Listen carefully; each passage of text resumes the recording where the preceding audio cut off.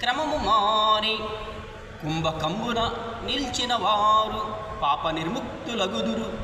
కాళికాంబ హంస కాళికాంబ. మనకి రేత్రింబగళ్ళు ఈ ఉచ్ఛ్వాస నిశ్వాసాలు జరుగుతూ ఉంటుంటాయి.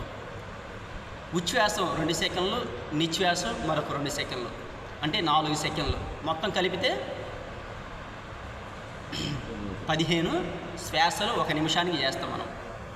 15 4 60, అంటే 1 నిమిషానికి శ్వాసలు 15 చేస్తాం. ఇవి క్రమాన్ని మానుకొని కుంభకంలోకి రమ్మంటుండవు.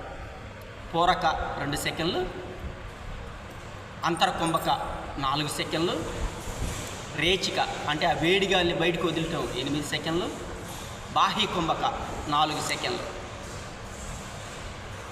ఈ విధంగా ప్రాణాయామ చేసినప్పుడు ఒక 3 లేదా 3.5 శ్వాసలు మాత్రమే చేస్తాం.